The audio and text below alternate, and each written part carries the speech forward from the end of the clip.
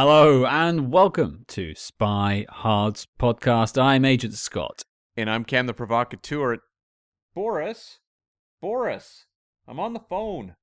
Yeah, Cam, could you get that guy to stop smashing that radiator? Because I want to talk about this week's film. He's incessant, I tells ya. Yes, he certainly is. But Cam, let's get down to it. What are we talking about this week? Yes, we are talking about the new film Kompromat, directed and co-written by Jérôme Salle. That's right, Cam. And as this is a declassified special, we will be talking about our thoughts on the film in brief in just a little while. But before that, we have a special treat for you all. We're joined by not only the director of the film, Mr. Jérôme Salle, but also the co-leads of the film, Gilles, Lellouche, and Joanna Kulig, who will be joining me shortly to talk all about the film and their work on it. But before we even get to that, let's just quickly talk about Kompromat, the film itself. It's coming out on streaming the day of release of this episode, which is the 27th of January 2023. And if you haven't heard of it, here is your letterboxd.com synopsis. Kompromat, an ordinary Frenchman trapped by the Russian state. Matthew, a member of the French Institute in Irkutsk, is arrested overnight by the Russian authorities. Imprisoned and accused of abuse on his own daughter, he realizes he is a victim of a kompromat. With the help of the FSB, someone has built up a case to frame him. Isolated, he has no one to turn to. Proving his innocence is impossible. The only solution is to escape. Damn right. So I think without further ado, Cam, what we'll do first is we're going to throw to the wonderful interview we have with Jérôme, Gilles, and Joanna. We're going to talk all about the film, then come back and discuss our thoughts. How does that sound? That sounds great. I'm ready to go. Fire it up. And joining us now on the show, quite the triple threat. We're talking about Kompromat 2022's spy movie. We have firstly the director, Jérôme Salle, joining us. Hello, Jérôme. How are you? Hi, I'm very good. How are you? I am doing wonderful, and I'm looking forward to speaking to all of you. And accompanying Jérôme is 2 stars from the film. Firstly, we have Gilles Lellouche. How are you doing, Gilles? I'm doing really fine. I'm loving the booming echo you have there. It's lovely. Yeah, pretty lovely. No, this is not true, Scott. You don't love it. This is not true. I can hear my editor going crazy already. That's going to be fun. And accompanying him at his side, it is a co-star of the film, Joanna Kulig. Hello, Joanna. How are you? Hello, nice to meet you. Very well. How are you? I'm even better for speaking to you. It's like one up from each of you. It's getting better as we go. So I've just watched the film, and we're just doing a review in this episode. But I'm looking forward to speaking to you all about the film. Now, it came out last year, but it's going to streaming this year, 2023.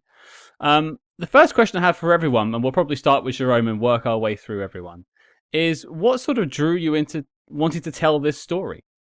I wanted to talk about Russia since a while. So, first time I went to Russia was to promote my previous movies, and it's a fascinating country, and I was surprised and interested by this country, and had the feeling that in fact Western countries, Western Europe, didn't really know what was Russia, in fact. Mm-hmm. And so I had that in mind. And when I heard about the story of a French guy, who had been trapped by a kompromat in Russia, I thought, well, that's a story we can tell. So that's how it started. It's interesting because I've been reviewing spy movies for what feels like years now, and I've never come across the word kompromat, which is strange because it's actually something that happens quite a lot in Russia. It's it's the last super classic in Russia. So it's mostly used, of course, against Russian people, mm-hmm. But apparently not always. But yes, it's an old. It's a classic. But I guess it can be used. We had a scandal not so long ago here in France with a mayor of a small town somewhere in France who organized a kompromat about another politician from the same area. So I guess it's pretty international here. But the best for the kompromat, obviously, are the Russian. And we definitely deal with Russia in this film, which I'm sure we'll get into. But let's throw it over to Joanna. Let's have you up first. What interested you about sort of telling this story and getting involved with the film? I think for me, I played parts Svetlana, was quite interesting. And I remember when we met with Jérôme in France, it was just after the TV series with Daniil Chazelle. And for me, the script was amazing, and my character was really, really great. And I was happy that I will play with Gilles Lellouche. But I think what was the most interesting for me, it was playing the conflict between two sides of her personality. One was, the Russian part of the character. I'm Polish. How she was, connected with her husband, and how she was connected with new love for her. So for me, acting like these two, different kind of, sides inside her, personality was very, very, very nice.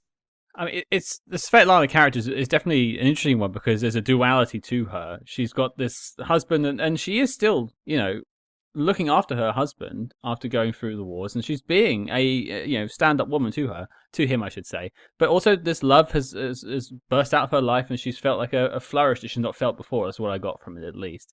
And so that's definitely something that's a tough thing to portray. I think you do it really well. Gilles, over to you, sir. What sort of interested you about telling the story? Oh, it was these guys fighting for the truth. I thought it was really like a great part for an actor, of course, for evidence, and like this concrete nightmare. It's like extraordinary story, but it's inspired by a true story. So I was really involved with this guy, with this character, because I thought about the nightmare lived, and this guy thought that he was in hell with his family, with his wife, and it's just the start of a nightmare, for a long nightmare. And it's this method, this Russian method, is like so awful that I thought it was really brave from Jérôme to talk about it and to mix a lot of different influence to get an action movie with a social part and a lot of feelings too. So for me, as an actor, it's not quite a proposition in France. Really, it's not often. It's quite rare to get this kind of movies in France. So I was really excited about it, and I was really excited to work with Joanna for sure. I think you two have fantastic chemistry on the screen, and I think one thing that I was a bit concerned going in with was there's different languages going on in the film. There's Russian, there's French. I myself am an English speaker. I did French for 5 years in school. It did not help me at all during this watching process. Luckily, you guys put on a wonderful performance, so it's all coming through the screen without the subtitles anyway. So thank you for that. Thank you. Yeah, I won't be trying my French today. Don't worry, it won't work. But talking about, you say you don't get these sorts of films in France, and I wanted to talk about sort of espionage and spy films to you all a little bit. What is it? Because you've all had sort of dabbled in these worlds in one way or another. What is it you find interesting about working in sort of spy espionage movies? We'll start with you, Jérôme. No, I mean, for me, spy is pretty close to film noir, and it's a way to. I mean, when I write movies, the way I love to work, I'm trying to make movies which are entertaining and for a pretty wide audience.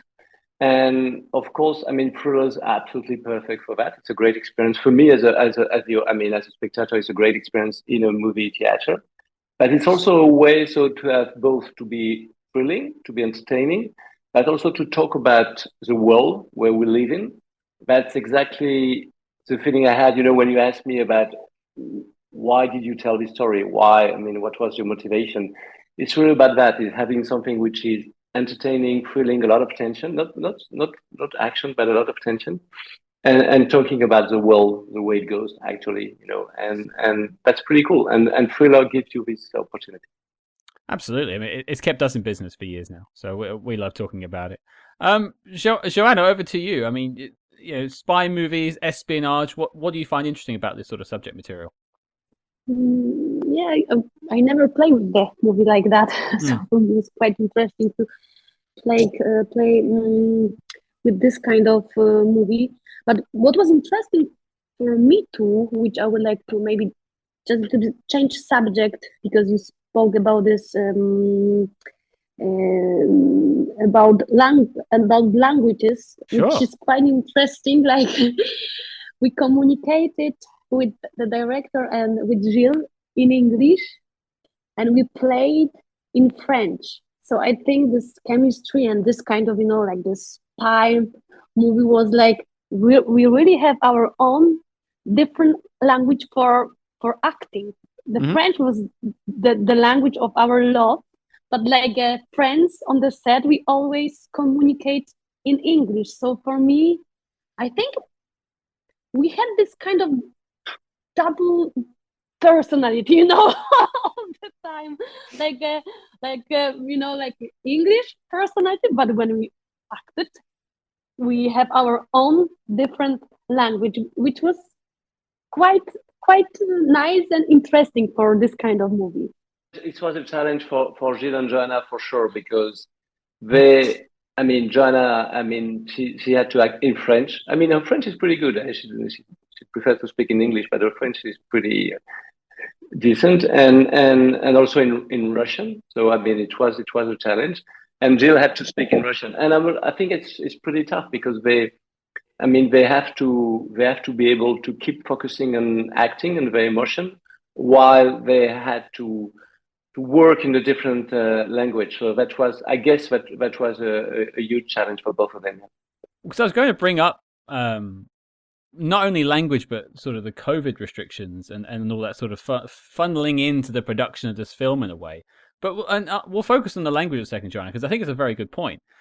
And I'll just throw the question out, and we'll come back to the sort of spy question with you, Gilles, in a moment. But like, when it comes to communicating in different languages, as an actor and as a filmmaker as well, Jérôme, is that a hard thing to do, or do you find it comes quite naturally when you're just on the set making things happen? It's quite hard, because generally you always work with coaches very often, but it's great, because when I started for the first time, I felt very often frustrated, because I always felt strange, because my mother tongue is Polish, yeah? So I remember when I played for the first time in PVOD, when it was French and English all the time and no Polish people, I always felt really strange. But then I adapt like a baby for the situation. But of course, when you have more experience, you know that this kind of, crossing the zone comfort and this kind of feeling, it's a normal. So you can project the Polish feelings to the different languages. So when I started to work in Kompromat, I remember like Jérôme was very like, oh my God, Joanna, because I really need to speak with him, like all of the intentions. We have a lot of, regular reading rehearsals. Then I prepared everything in Polish. Then the Russian parts I prepared with Russian coach, because I never play in Russian, which I thought it will be easy, but it's sometimes the sound is similar, but it's different. So for me was, not so easy. But what I can tell, like French for acting, for me, I feel natural more than English. So with French, I felt very, very nice, but still I had to learn how to put inside the mother tongue feelings, like for you do you speak some foreign languages or only English? He speaks French. Yeah, so we can imagine, like you have to cry in English, and then Jérôme will tell you, okay, could you cry in French now for me? So it's quite different situations. So it's hard, it's not so easy, but then when everything it works, you can be very proud. But for me, when I work with a lot of languages, like I play in French, Russian, Czech, for me, for intentions and the communication with the director, are prepared to use one language. So generally it's one language. Like English because I understand more what I have to do, and I don't have to switch French, English, Polish, Russian, French, English. So I always communicate with this language, but I play with a lot of different languages. This is my method, which I try to do and act like that. The conclusion for sure is that, not conclusion, but it's for sure Gilles, Joanna, or I, none of us were in our comfort zone. Because of the language, because of where we're shooting, because of the COVID time. It was a pretty tough one. But I think at the end, it was pretty interesting for the movie, for the atmosphere of the movie to be all of us out of our comfort zone. Well, I think that leads beautifully to asking Gilles about the same situation, because what are your thoughts firstly on, as an actor, having to work with different languages and also the complications of COVID and things like that? No, it's quite simple. I don't understand just one word of what I'm saying in Russian. I was only pretending. Science fiction movie. I was like absolutely lost. So I had just to get involved with the emotion and the feelings of the character. But when I was talking sensory, it was like another language from another planet. So it was just like pretending to speak it. But I was just, it's a question of rhythm and to try to be involved with the guy at the moment he talks, but it was quite difficult Russian for me. After that, when you have to talk with other characters, we were trying to speak in French, and as I wasn't complicated for me to speak in Russian, it was really quite hard for them to talk in French. So it was like a mess. It was like really weird. The person, the character who played my advocate was trying to speak in French, but it was like, it was, you can't understand just a word. So even him and me, when we was talking together, it was like a fucking mess, really. So we had to understand each other with the eye. Sometimes it was quite complicated for him and for me. So it was like, okay, I think he finished his part. It's me, I guess. So it's really pretending at 100%. Not with Joanna, because Joanna was, how to say it? Joanna is like a cat. So she's playing with everything she's got. So you understand even when you don't understand. It was more easier for me, but it's as you can see, it's quite complicated for me to play in another language. And just to add about what you were saying about Gilles, Gilles was saying, it's true, you're a cat, but and he was acting with Aleksey Gorbunov, who is a wonderful Ukrainian actor. And yes, it's true that he doesn't speak a word of French. So he was supposed to learn his lines as Gilles was doing for Russian, like, phonetic. Mm-hmm. But the first day they were shooting together, he made a mistake. And in fact, he didn't learn the scene he was supposed to learn. He just made a mess with the order of the scenes. So it was even worse than expected, because in fact, he hasn't prepared. So yeah, that was pretty tough, yeah. He's not a cat like Joanna. No, definitely not. But my character is completely lost. So I was lost as the character. So it was wonderful for me. So it was method acting, is what you were saying.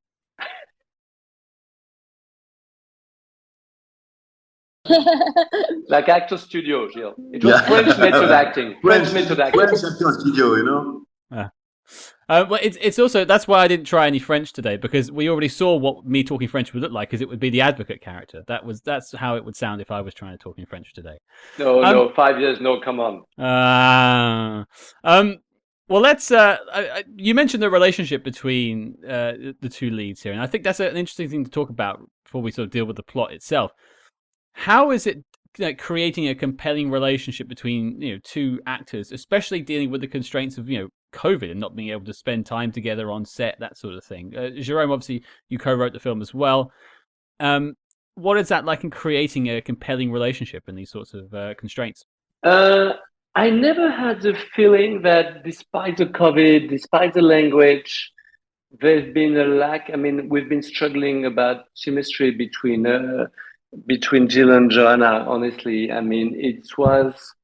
I think it's been pretty. I mean, as Gilles said very nicely that Joanna is a cat, but it's true that I mean they've been something super clear and easy as soon as we've been on set together. Yes, of course, it's been frustrating not to spend more time together. Yes, it's been frustrating not to be able to connect after the day of work. That was really tough about that.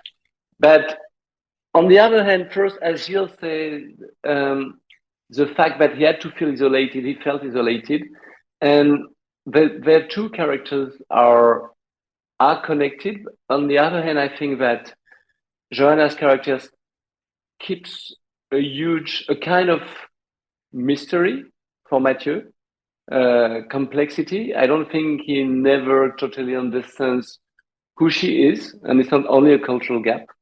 So I think it was pretty efficient, and that they are two amazing and great actors, so it's always easy to work with them. And I'll throw it over to Gilles. Like, what was it like creating the relationship between you two? It was really quite simple because it was playing with Joanna. It was so easy. So she's a great actress and a great personality, a great human being. When you met her, you love her directly, instantaneously. She's full of life. She's like a ball of fire, and when you see her, you trust in her automatically. So I've got something really. It's really true what I mean. So I was sincerely in a absolutely truth, and I was trusting her. So it was really helping for me to play this movie with her, because she was like the only ray of light, sunshine in this darkness. Even when we were playing, we were making the movie, because as Jérôme said, it was really complicated to make this movie in this country, in this time, in this COVID area. It was really complicated, but playing with her was like a sunshine coming to me. So it was just like an evidence. I was not playing. I was just looking at her, and it was. That's a very lovely answer, isn't it? Joanna, you're a cat. Joanna, you're a cat. And a oh my God, a lot of nice things. What a day for you. Thank you so much. So much. Thank you. Oh my God. I'm touched. Gilles, you didn't say one word for me. I'm a little bit. I'm sorry, but I mean, I feel super bad. Because I love you, Jérôme. I don't have to explain. I'm in love with everybody today.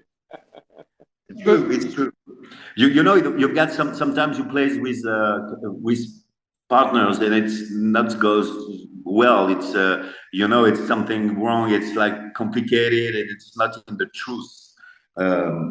I don't love to play too much. In fact, I love to play in the line of the truth of life. I don't know if it's clear what I mean. No, I understood what you meant anyway. But Joanna, just you quickly before I move on to my next question, what was it like just creating that relationship with yourself and Gilles? Thank you, Anthony, for all of these nice compliments. This is true. Like when I play with Gilles, we just immediately find a connection. It was the same like with Jérôme. I think Jérôme and Gilles, we had this kind of company that I felt very comfortable and very well. But I remember, like, for me it was very hard to fly for the first time from Poland to Lithuania, because I had a very small son, so it was like, oh my God, I wasn't sure go alone or with him. But I decided to go for 10 days, like be more focused about acting. So on the set, always I try to do some kind of intro, but we had very close connection with Jérôme, so I always knew what he wants. When we played with Gilles, I felt that we have I play with the partner, because sometimes it's like you don't have this chemistry and you play like with yourself, which is not so nice when you have to play and you don't have this kind of like the ball when you do something, your partner reacts for this. So I really feel like in the theater just a little bit like you really have a partner, and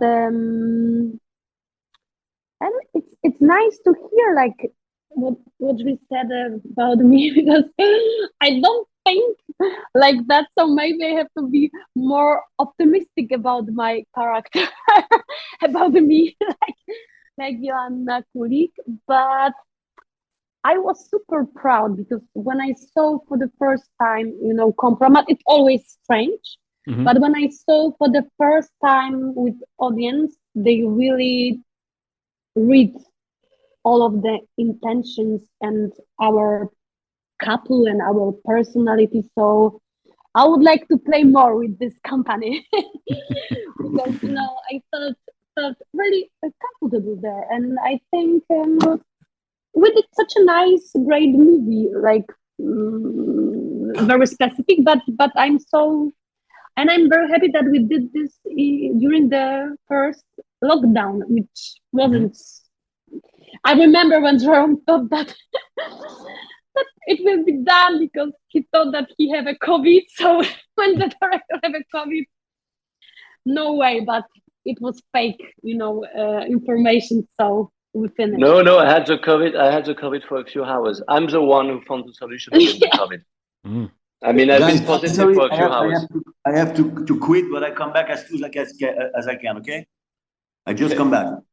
Okay. Ciao.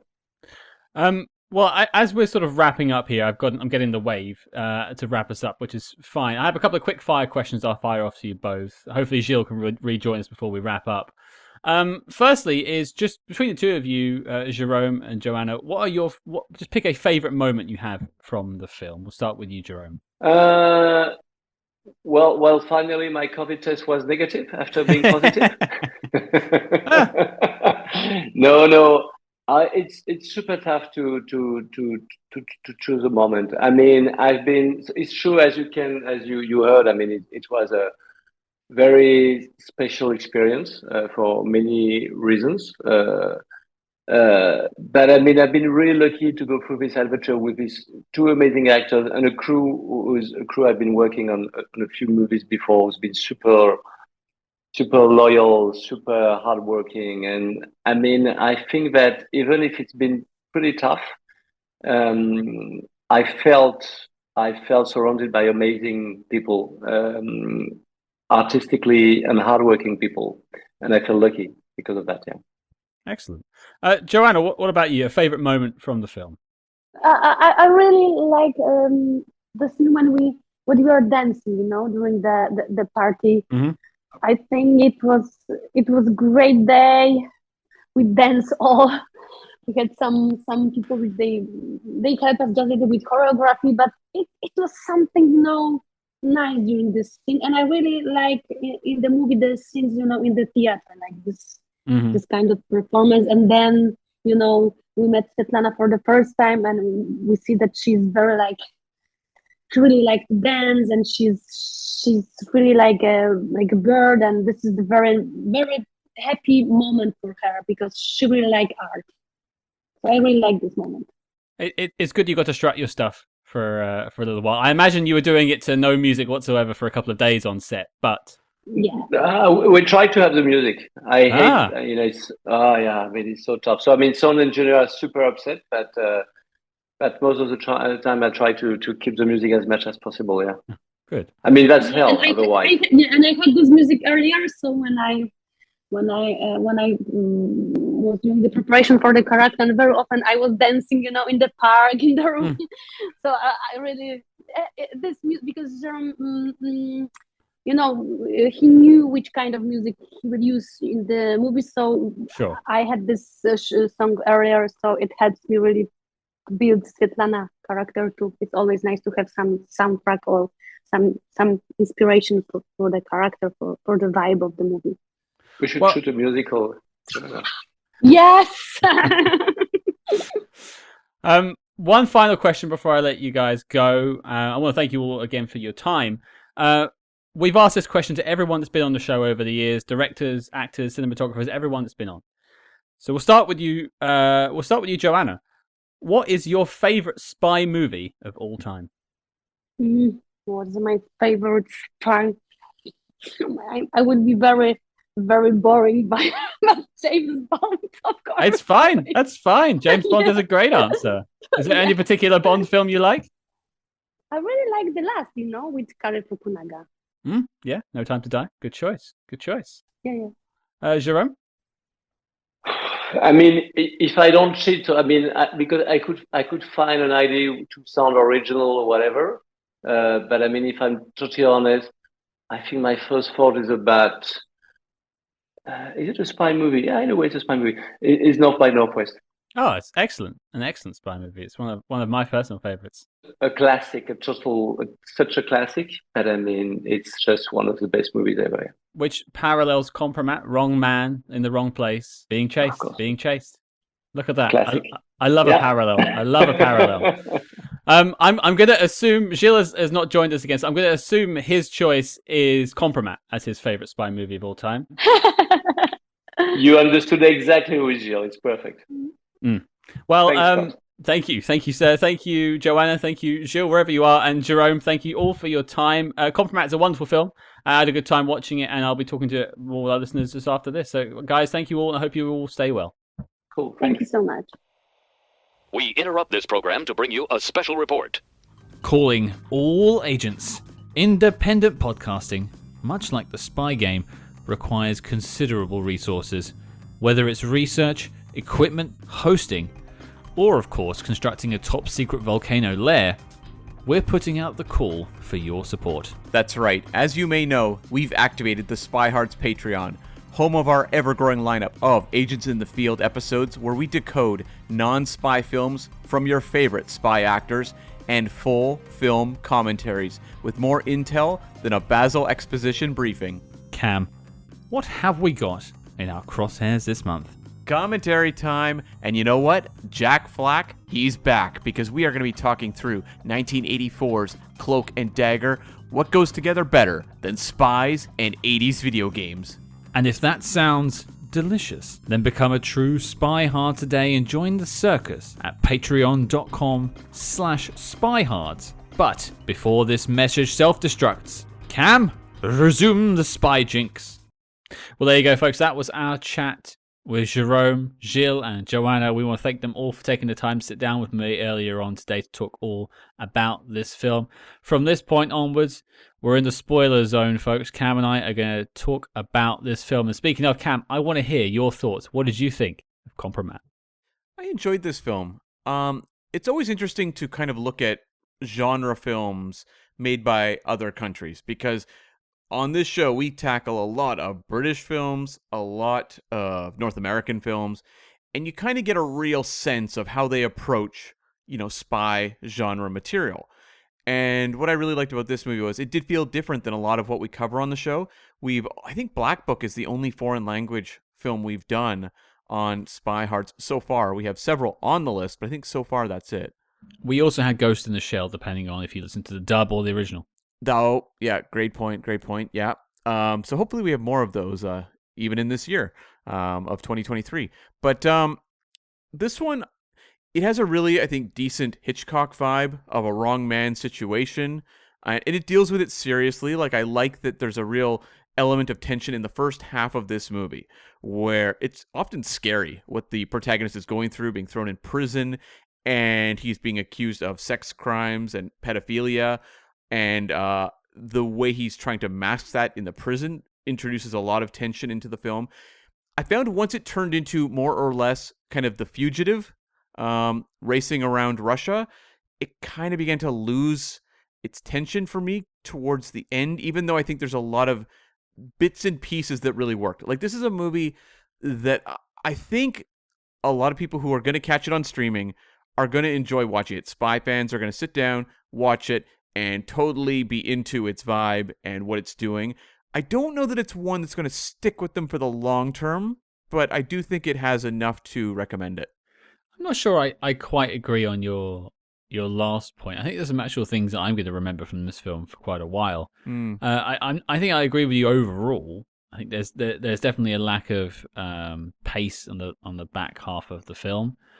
It definitely loses some of the magic it built up in the first half. Although I think magic's probably the wrong word, but it makes you uncomfortable. Oh yeah, in that first half, especially the prison sequences, it's really quite fraught. And you think of what Benedict Cumberbatch did in The Courier when we did a Declassified, and that a couple of years ago, kind of feeling the same vibes in a different way.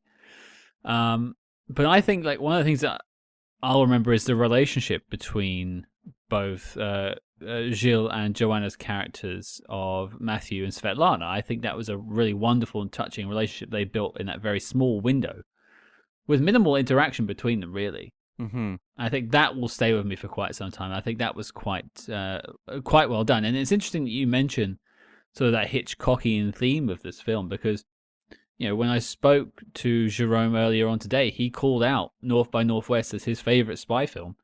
That film is inside of this film. Interesting. I thought of kind of the classic Hitchcock ones, but I thought really strongly of the movie The Wrong Man with Henry Fonda, which was a Hitchcock riff on what he typically did, but it was one based on a true story, somewhat loosely, and it was much darker edged than most of what Hitchcock did, where when you look at, North by Northwest or 39 Steps, there's a certain playfulness to those movies, whereas The Wrong Man was much more serious and hard-edged, and that's what I got a little more with this movie. And I think for me, like, the first hour really did pull me in. It felt very character-driven. Mm-hmm. And that was kind of my issue, whereas it felt a little more plot-driven when you got to the back half of the movie. But even with that said, there's some really tense elements of the movie. And, like, there is a character introduced in this film, played by Igor Jijikine. And he may be best known to people as Cate Blanchett's henchman in Indiana Jones and the Kingdom of the Crystal Skull.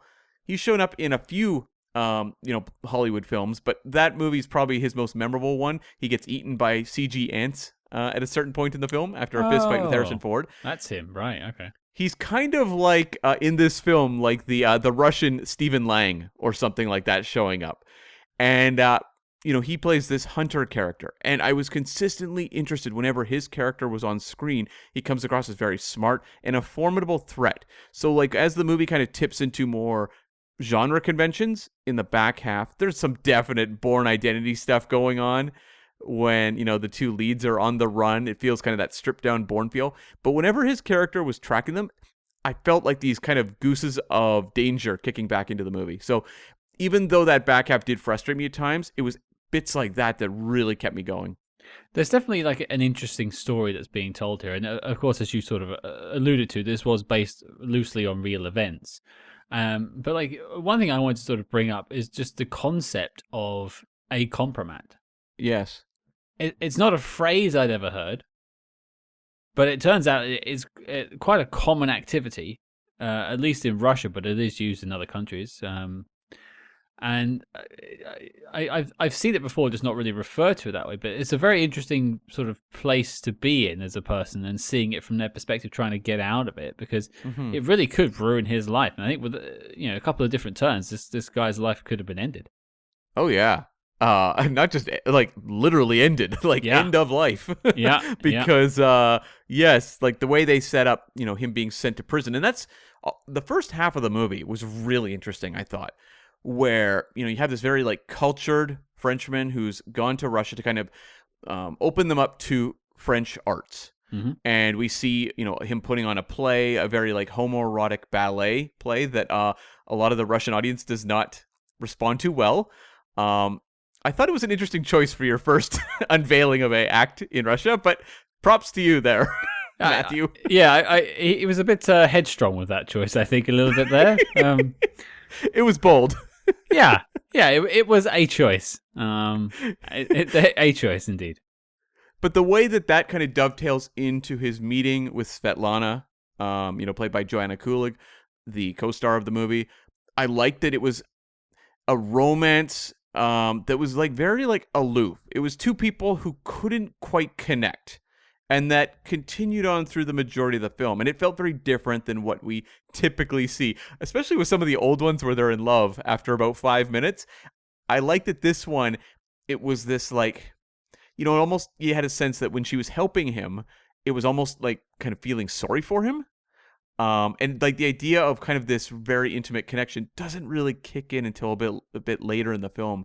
So I liked how it was this very like slow burn relationship, and just his survival tactics, what this character is going through, flashbacks dealing with his wife and their relationship. I felt like a lot of the character building stuff was really like quite involving and interesting, and felt a little outside the norm.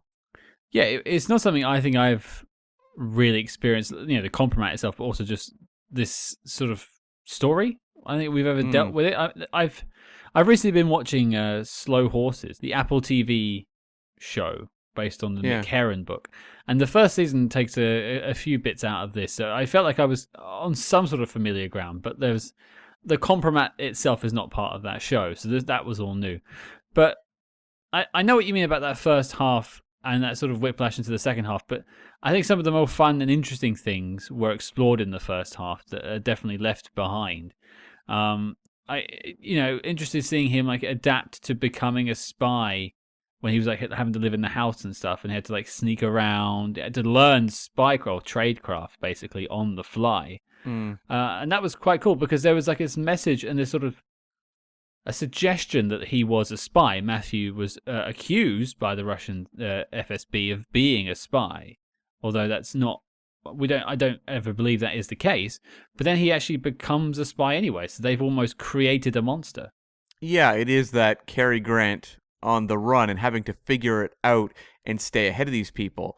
And I do think it does introduce a bit of a conceit with him texting back and forth with Svetlana, where I go like, they would have caught him based on this. Like, they would have had her phone so monitored.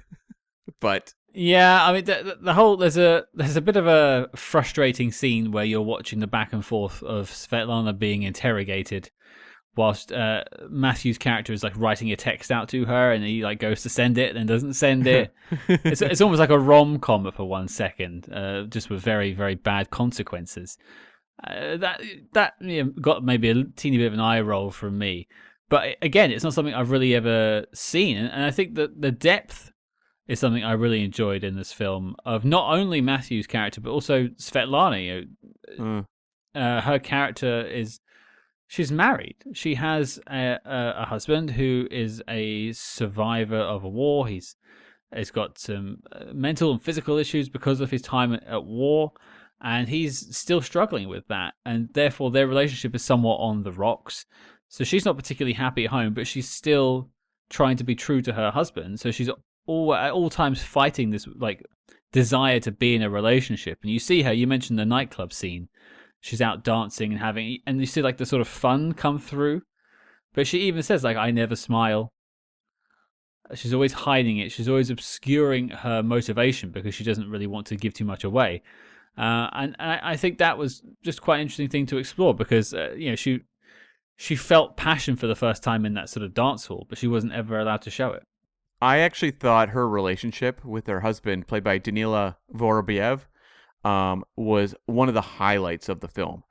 We have seen so many movies like this where there's like, whether it's a boyfriend or a husband or whatever, girlfriend, they are these very like one-dimensional characters that feel more like plot mechanics to kind of stand in the way. Mm-hmm.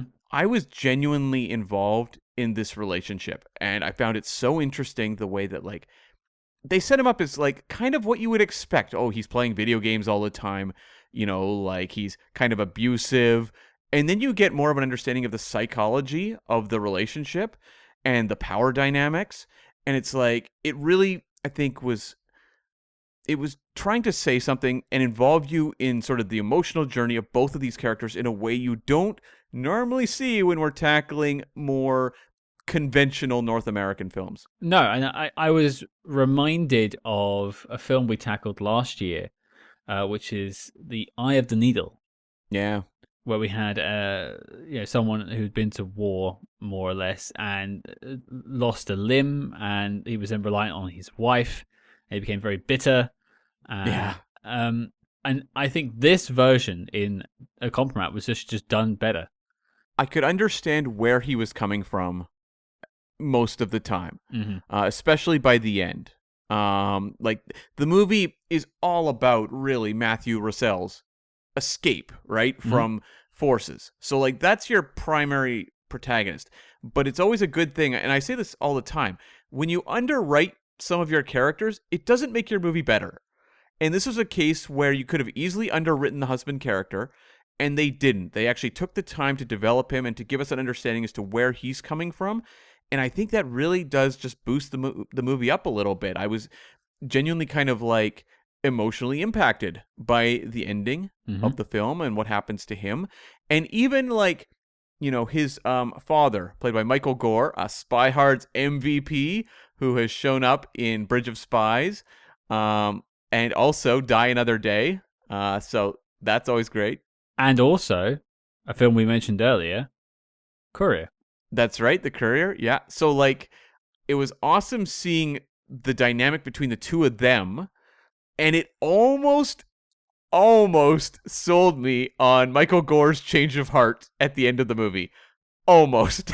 Because I had bought so much into just the story between Svetlana and her husband. Yeah, I definitely see what you mean about this film giving its side characters a lot more depth. And I think that really does add to the overall enjoyment for me personally. I think that I learnt a lot, not only about the two leads, but I learnt a lot with such a small amount of time about Matthew Rosel's wife in this film, like in their brief relationships.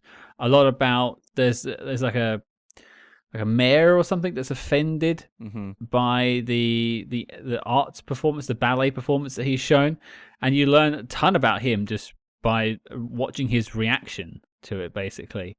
Really fascinating stuff. And also, like, you learn about people's sort of moral codes, because later on in the film, Matthew has made it to the French embassy in Moscow, and you think he's home safe. He's made it to the embassy. It's all good. But they politically have messed him around, and they say basically you can either stay here for the rest of your life or hand yourself in and go live in a Siberian gulag. Now, you know, you and I watched The Emperor's Candlesticks. We know Siberian gulags are not a good place to go. It's true. It's just not. Also, we watched Goldfoot 2. Don't want to be going to the Siberia. You just don't want to go there. It's not a good place. You also don't want to go to Goldfoot 2. No, you do not want to go to Goldfoot 2.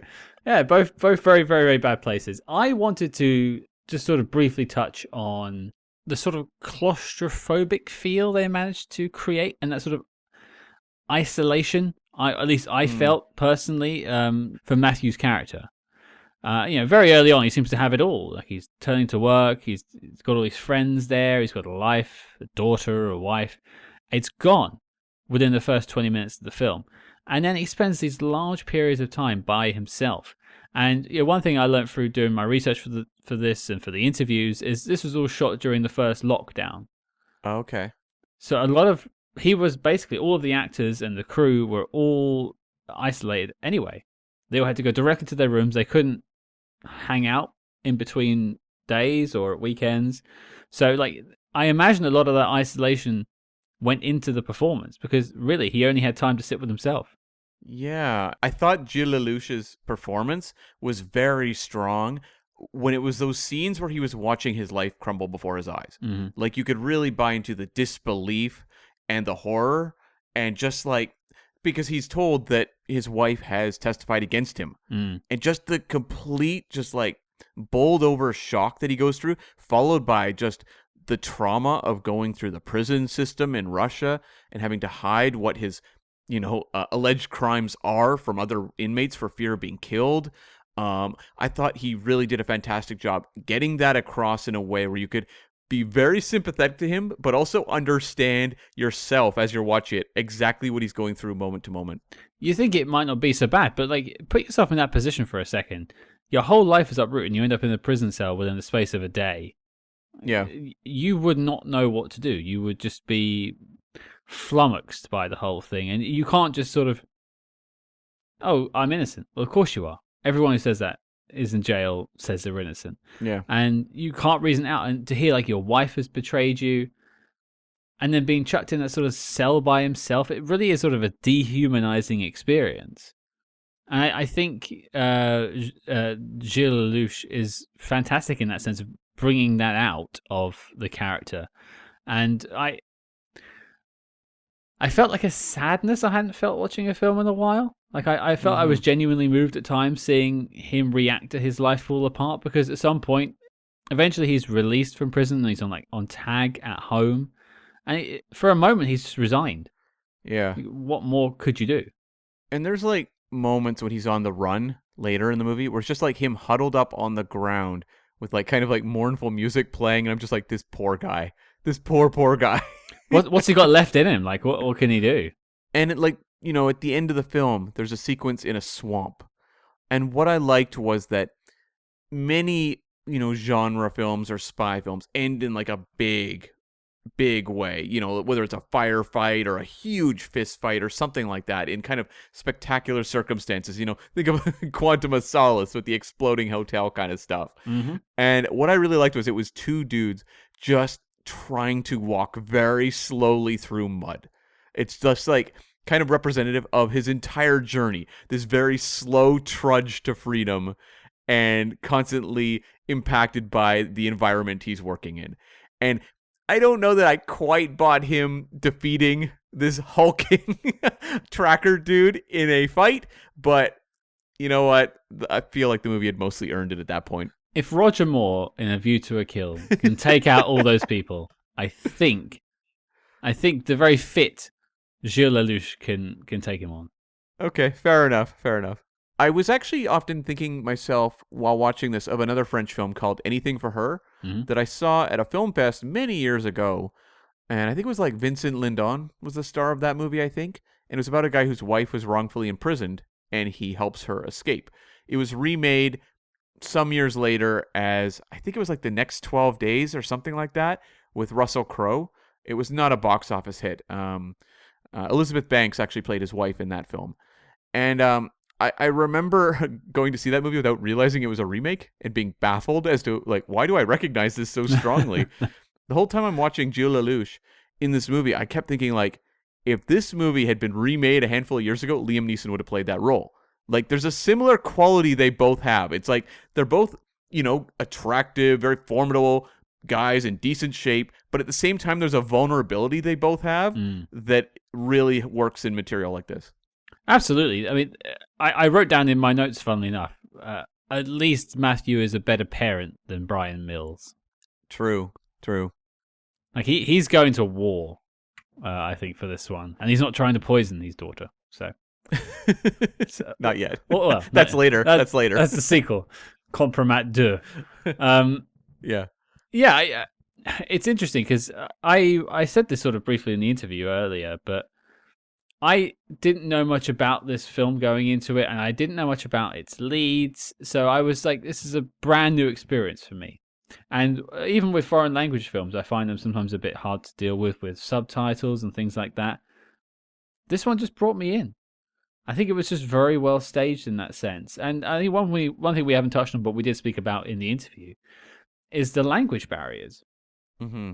You know, during this film, as I said, it's a foreign language film. It's mostly in French. It's partially in Russian, teeny bit of English, and that can be hard for an audience to sort of give themselves over to a film and to a story when there's that language barrier. And I know subtitles are there to give you that, but some people have trouble with subtitles. I do have trouble with them sometimes too.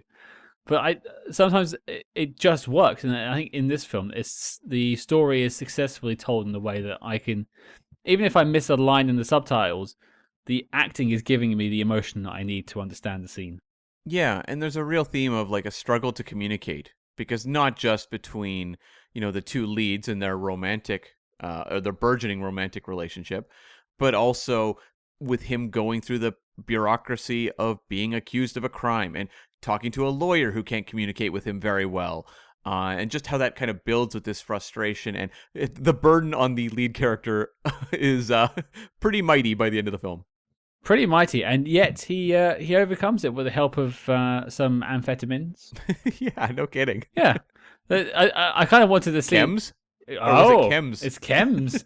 Was it green? Was it red? Was it blue? Which one was it, Cam? Yeah, I was wondering for 1 minute when he pops the pills, am I going to see like a moment of him like super powering up? Right. Like, I wondered if that would be the turn during the fight. Like, he digests the pills in time, and he's like, do. And you get a close up of like the pupils dilating, like Limitless or something. Yes. Yeah, or like just blood flow in veins or something like that. Sure. Perfect filmmaking. Well, as this is a declassified episode, as I mentioned at the top, it's not a full-length review, sprawling with all sorts of behind-the-scenes stuff. It's more just our initial takeaways from the film. I think by the sounds of it, you and I really enjoyed watching this film. Definitely more the first half than the second. Personally, I think for me, I'd recommend the spy hards out there to watch it. You know, the ones who follow us through every week and check out all the films. I'd say you'll get a kick out of this. I'm not sure if it will work for general audiences. Yeah. And it's interesting because I would say the same. I think the Spy Hards audience would probably get some value out of this one. Although, notably, I would say the movie's at its best when it's not kind of falling into genre conventions. I think actually when it does that, that's actually where it's maybe not at its strongest. Mm-hmm. But, you know, when you talk about the Spy Hards audience, they're people that really love the genre conventions of spy films.